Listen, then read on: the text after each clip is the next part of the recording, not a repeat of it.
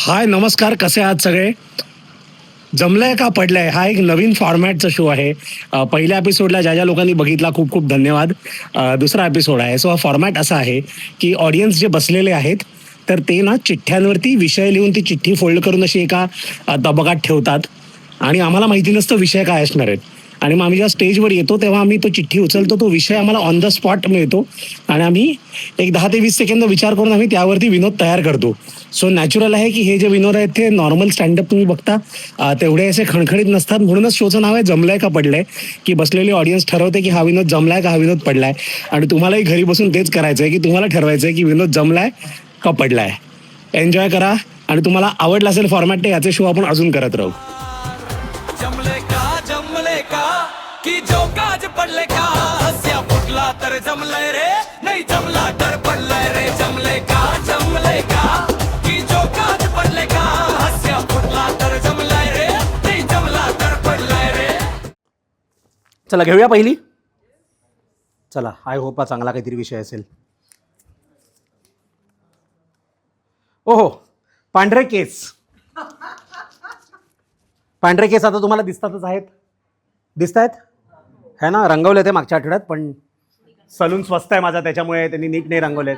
पांढरे केस जेव्हा यायला लागले तर मला वाटलं wow, salt and paper look, George Clooney. पण ना तो तेव्हाच वर्क करतो जेव्हा वरचे काळे आणि इकडचे असे पांढरे व्हायला लागतात. माझे ना असे गरिबासारखे असे सगळीकडून कुठून पांढरे व्हायला लागले. मग मी जर केस नाही रंगवले ना तर मी रोहित पवारसारखा दिसतो.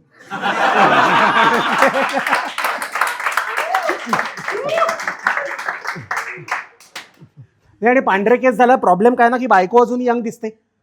मी जर लोकांना विचारलं, सर जर तुम्हाला विचारलं सर माझं वय किती वाटते तुम्हाला, काय म्हणाल तुम्ही? Sir thank you so much, I love you. मागच्या वेळेला एक माणूस 50 म्हणाला होता आणि बायको अजूनही 35 दिसते. तर परवा तिला कुठेतरी जायचं होतं तर मी म्हटलं चल तुला बाईकवरती सोडतो. त्याची मैत्रीण थांबली होती तर मी थांबली बाईक. मैत्रीण म्हणे अरे वा रॅपिडो मिळाली तुला. बायको म्हणाली हे रॅपिडो नाही नवरा आहे माझा. ती म्हणाली वाव रॅपिडोवाल्याशी लग्न केलंस.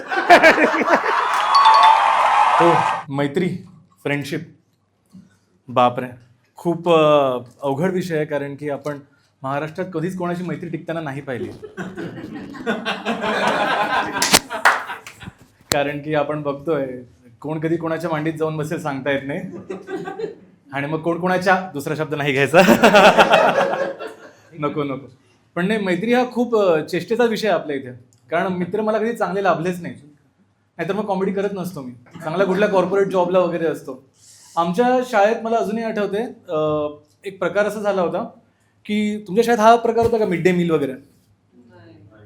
आमच्या शाळेत होता, पण त्याहूनही वाईट प्रकार म्हणजे आम्हाला कच्चा तांदूळ द्यायचा. कारण गॅस तेव्हाही महाग होता.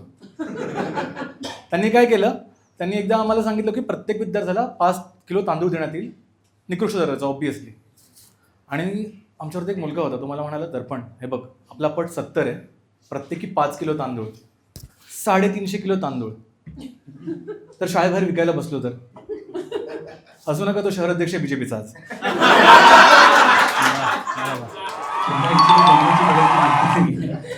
मला माहिती आहे निवडणुकांनंतर नाही जिंकले तरी मेडल चोरता येतात. चला आता पुढचा विषय. अरे काय लिहिलं, गरीब बिचारे पुरुष. सगळे केले तर मग अशीच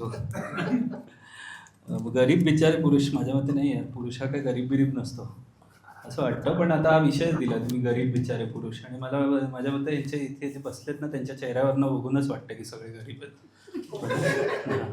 पण हा डिपेंड करतं की तुम्ही हा प्रश्न कोणाला विचारताय. म्हणजे पुरुषाला विचारला तर तो म्हणेल मी गरीब आहे. बायकोला विचारलं तर ती काय म्हणेल, नालायक एक नंबर. पुरुष हा गरीब बायकोमुळेच होतो नाही ना?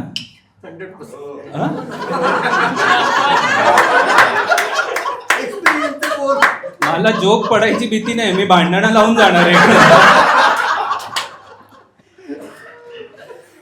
पण नाही, पुरुषांनी ना म्हणजे कसं असतं ना की पुरुषाला जेव्हा मुलीला त्याला आवडून घ्यायचं असतं तेव्हा तो गरीब बिचाऱ्यासारखा वागतो. पण गरीब बिचाऱ्यासारखा जेव्हा वागतो ना तेव्हा तो सभ्य बनून जातो. म्हणजे माणूस जेव्हा डेटिंग बिटिंग करायला जातो तेव्हा कसं असं परफ्यूम बिरफ्यूम लावून जातो ना, आणि मग नंतर लग्न झाल्यावरती बायकांसाठी मला वाईट वाटतं, कारण बायका तरी व्यवस्थितच राहतात तो लग्नानंतर. हे जे घाणेरडं पुरुष म्हणून येतात तुमच्या, तेव्हा तो घाणेरडा लुंगी किंवा बॉक्सर घालून जेव्हा तेव्हा त्याच्याकडे बघून बायकांना वाटतं की याच्यापेक्षा कोणीतरी गरीब बिचाराच बरं वाटला. एनिवेज आता ठरवा तुम्ही पडलाय का नाही पडलाय.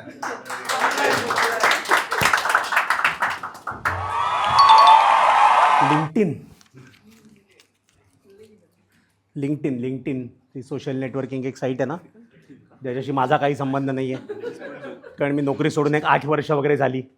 लिंक्डइन आधी चांगलं होतं, कारण लिंक्डइनवरती ना सुरुवातीला असं मी नोकरी करत असताना असं जॉबचे वगैरे अपडेट टाकायचो, तेव्हा ना वर्स्ट थिंग कोणी मला म्हणालं होतं ते होतं की लेट्स अग्री टू डिसअग्री. लिंक्डइनवर तो अपमान मानला जातो. मला ट्विटरची वगैरे सवयच नव्हती. कॉमेडी करायला लागलो, पहिलं असं काहीतरी टाकलं लोक मारून बिरून टाकू वगैरे अशा धमक्या द्यायला लागले त्यांना. पण मला असं वाटतं की लिंक्डइनपेक्षा ट्विटर खूप चांगलं, ॲटलिस्ट लोक कन्सिस्टंट तरी आहेत, की एखाद्याला मोदी आवडतात ते म्हणतात मला मोदी आवडतात, नाही आवडत ते म्हणतात मला नाही आवडत. लिंक्डइनवरती ना मी एक नवीन नाव ठेवलं आहे लिंक्डइनचं नवीन नाव आहे की माझीच लाल संघटना. लोक सगळे आपले हेच टाकत असतात, सर्टिफिकेशन वगैरे करतात, कम्प्लिटेड अझुरो सर्टिफिकेशन. म्हटलं बाबा कोणालाही फरक पडत नाही म्हटलं तुझ्या सर्टिफिकेशनचा. मला वाटतं ते लालवाला द्या मला. नाही सुचत, संबंधच नाही आहे लिंक्डइनची माझा ना. टीचिंग, अरे भयंकर प्रकार आहे टीचिंग. जगातलं सगळ्यात हे असंच होतं, आयुष्यात कधी मिळालं टिकत नाही माझ्याकडे. त्यामुळे पण हा टीचिंग खूप नोबेल प्रोफेशन वगैरे म्हणायचं आणि खूप चांगली म्हणजे आहे प्रोफेशन. शिक्षक या हुद्द्याला किंवा शिक्षक या व्यक्तीला आता इज्जत नाही आहे, हे असं मला वाटतं. नाही मी काही प्रवचन देणार नाही. पण मला अजूनही आठवतं की आमच्या शाळेत शिक्षक असे होते ना की ते मुलांना मारायचे, पण ते मारायचे अशा ठिकाणी की मुलगा परत 2 दिवस नाही येऊ शकणार शाळेत नीट. हां, पण मला एकदा इतकं मारलं होतं की मला वाटत होतं की मला अपंग कोट्यात ॲडमिशन मिळेल पुढच्या वेळी. इतकी वाईट परिस्थिती. आणि टीचिंग हे खूप म्हणजे गुरुजी म्हणतात ना, तर ते नाव खूप खराब झालं आहे. माहिती आहे तुम्हाला, भिडे गुरुजी माहिती असते. नाही, आमचेच भिडे गुरुजींबद्दल होते, बाकी कोणाबद्दल नाही. ठीक आहे, पडलाय असं वाटतं. थँक्स.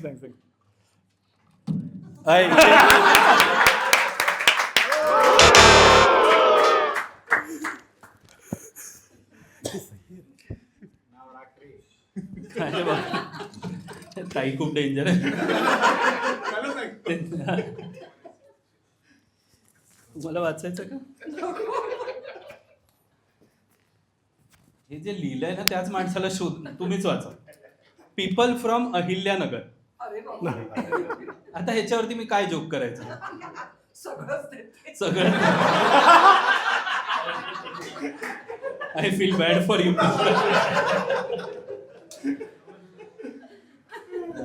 अहिल्यानगर म्हणजे नाही, मला खरंच गंमत वाटते. म्हणजे अहिल्यानगरपेक्षा बरोबर. नाही तेच आम्हाला अधिक, आम्ही खूप वर्षांपासून मला भीती वाटते त्या गोष्टीची. कारण काय झालं ना, पूर्वी आम्ही खूप one of our first standup comedy show आम्ही अहमदनगरला केलेला. कारण आम्ही काय विचार केला तेव्हा की नावात अहमद बिमद असेल तोपर्यंत करून घेऊ ना जो. कारण काय कधी बदलतील सांगता येणार नाही, आणि बदललं त्यांनी. आणि हे तर अहिल्यानगर आता ठेवलं, कारण आधी डिस्कशन चाललेलं त्यांचं, काय नाव ठेवायचं काय नाव ठेवायचं.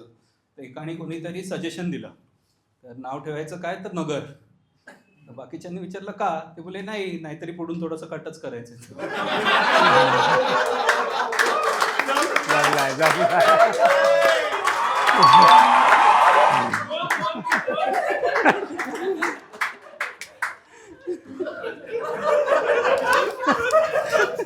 हे माझे जोक नाही, ठीक आहे.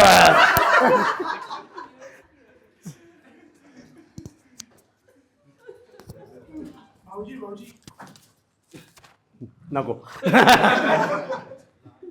हे कोणीतरी लिहिलं, युट्यूबर्स आणि गावाकडचे मित्र. आपण काहीतरी हे युट्यूबर्सचं घेऊया आपण. युट्यूबर्सची मला खूप किळस येते. माहिती आहे ना, असं जसं असे थर असतात ना, असे चांगली लोक, वाईट लोक, घाणेरडी लोक, दळभद्री लोक. तर मला असं वाटतं त्याच्या पण खालचं जर कोणी आहे ना तर हे फूड ब्लॉगर्स आहेत. हे हरामखोर लोक स्वतः काही काम करत नाहीत, नुसते जातात, बनवतोय तोच माणूस त्याच्या समोर उभे राहतात की भैया क्या डाल रहे हो, अरे दिसतंय ना. बहुतेक गाड्यावरती बटरच टाकतात आणि प्रत्येक गोष्टीने इम्प्रेस होतो. ओ भैया ने बटर डाल दिया, ओ भैया ने चीज डाल दिया, ओ भैया ने ये डाल दिया. अरे म्हणतात काहीतरी एफर्ट टाक तू, ॲटलीस्ट कॉमेंट्री तरी तुझी चांगली ठेव. त्याहून जर खालच्या थराला कोणी असतील ना ते स्वतः जेवण बनवतात हा, आणि मग एंडला स्वतःच खातात आणि मग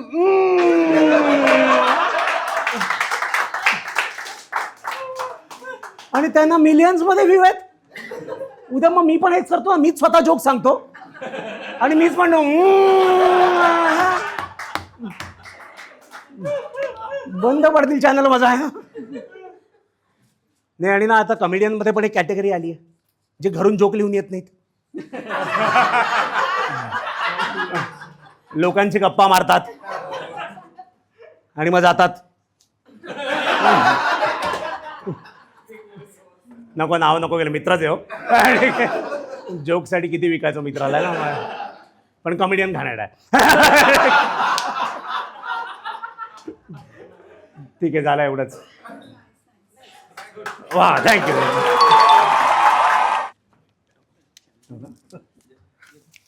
पुणे मेट्रो नाही माझ्याकडे याच्यावरती जोक ऑनेस्टली. नाही नाही नाही नाही, कारण की पुण्याची मेट्रो पण बनलेली आणि जोक पण बनलेला नाही. चला चला माझ्याकडे खूप ग्रीन फ्लॅग आहेत कोणाची लग्नाची. सॉरी चाललं तर किती एक्साइट.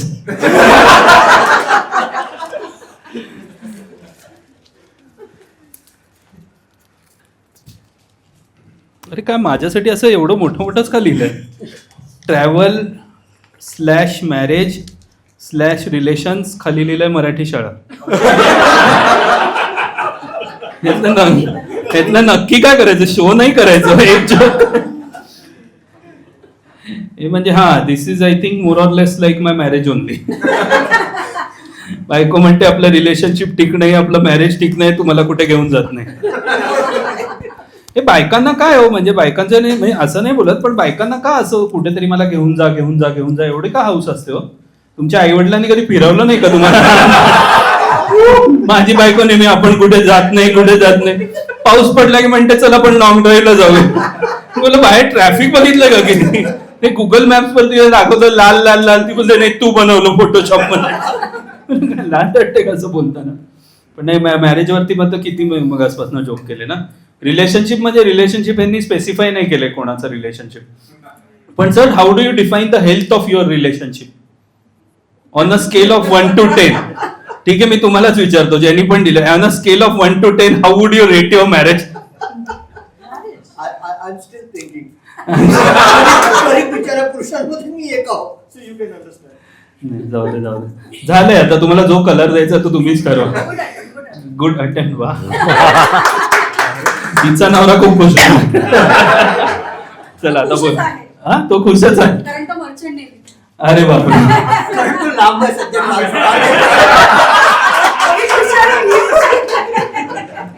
मर्चंट नेव्ही वाले का खुश असतात मी बोलत नाही.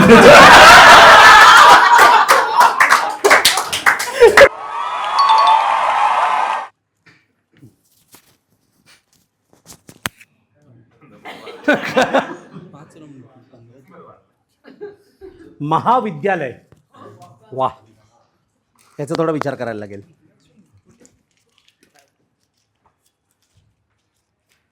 महाविद्यालय म्हणजे युनिव्हर्सिटी पण म्हणू शकतो आपण त्याला, है ना. महाविद्यालय म्हणजे युनिव्हर्सिटी. किती लोकांनी मुंबईतनं ग्रॅज्युएशन केलंय? तुम्ही केलंय मुंबईतनं ग्रॅज्युएशन? तुम्ही पण केलंय. आणि पोस्ट ग्रॅज्युएशन पण केलं? तुम्ही नाही केलंय? तुम्ही केलंय पोस्ट ग्रॅज्युएशन? ओके, मी केलं होतं. सो जेव्हा ग्रॅज्युएशन नंतर पोस्ट ग्रॅज्युएशन करता आणि पोस्ट ग्रॅज्युएशनची जेव्हा युनिव्हर्सिटी वेगळी असेल तर तुम्हाला ना जुन्या युनिव्हर्सिटीतनं एक ट्रान्सफर सर्टिफिकेट घ्यावं लागतं, है ना. तर मुंबईची जी युनिव्हर्सिटी आहे तिकडे मी 10-15 वेळा गेलो. रोज मला म्हणायचं कल आणा. तर मला असं वाटतं त्या युनिव्हर्सिटीचं नाव कलिना युनिव्हर्सिटीपासून कल आणा युनिव्हर्सिटीच ठेवा. मला वाटतं टाळ्या आल्या तिकडे थांबूया. ठरवा लवकर. हे मस्त ऑडियन्स यार, आवडलं आपल्याला. चलो दर्पण येतो. मला जोक सांगायची गरजच नाही. मला आलेला शब्द ट्रम्प. जमलाय. नाही अटेम्प्टसाठी तर द्यायला हवेत. इंजिनिअरिंग खूप केली आहे त्यामुळे. नाही पण खरं मला ट्रम्पचं कौतुक वाटतं खूप मोठ्या कारणासाठी, कारण तो ज्या गोष्टी बोलतो त्यामुळे आपल्या माणसाकडचं लक्ष दुर्लक्षित होतं. जमला का? ठीक आहे, थँक्यू. हा, अरे पुष्कर.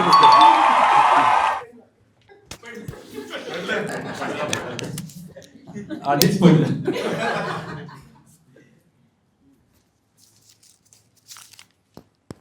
ऑफिस स्टफ्स काय स्टफ करतो ऑफिसमध्ये? ऑफिस स्टफ्स लिहिले. ऑफिस स्टफ्स पण असं STUFFS लिहिले. कोणी लिहिलंय? कोणाला असं? हे मला माहिती आहे, दुसऱ्या रांगेतनं चाललंय ना. नाही पण ठीक आहे. ऑफिस ही छान जागा आहे यार. ऑफिस ही खूप मस्त जागा आहे. म्हणजे ऑफिसमध्ये इतक्या मस्त मस्त गोष्टी होतात ना. माझा ऑफिसमधला आवडता प्राणी म्हणजे HR. HR प्राणीच असतो ऑफिसमध्ये, काहीही करतात ते. माझ्या ऑफिसमधला HR ना, त्याला फ्रायडे असे फन इव्हेंट करायला सांगितलंय. तर त्याला काही जमलंच नाही, कारण तो स्वतः दुःखी बसलेला असायचा. असं बसून असं सिलिंगकडे बघाय. मी बोलले काय झालं? अरे फ्रायडे, तू तर खुश राह. तू बोलले नाही, 2 दिवसात मंडे येणार आहे. बोलले आत्तापासून काय दुःखी आहे, तुला काय वाईट वाटतं का त्याचं? आणि ना मला ना असं काय झालं, माझ्या एकदा फ्रस्ट्रेटेड होतो नोकरीत. मी गेलो त्याच्याकडे. मी बोललो यार काय यार, जॉब फालतू आहे यार, मला मजा नाही आहे तिथे, काय मोटिवेशन नाही, काही नाही. ठीक आहे, तर अप्रिसिएशन पण नाही. तो म्हणला अच्छा, कामाचं अप्रिसिएशन हवं का? मी बोललो हो हवंय. तो उभा राहिला, म्हणाला हे घे.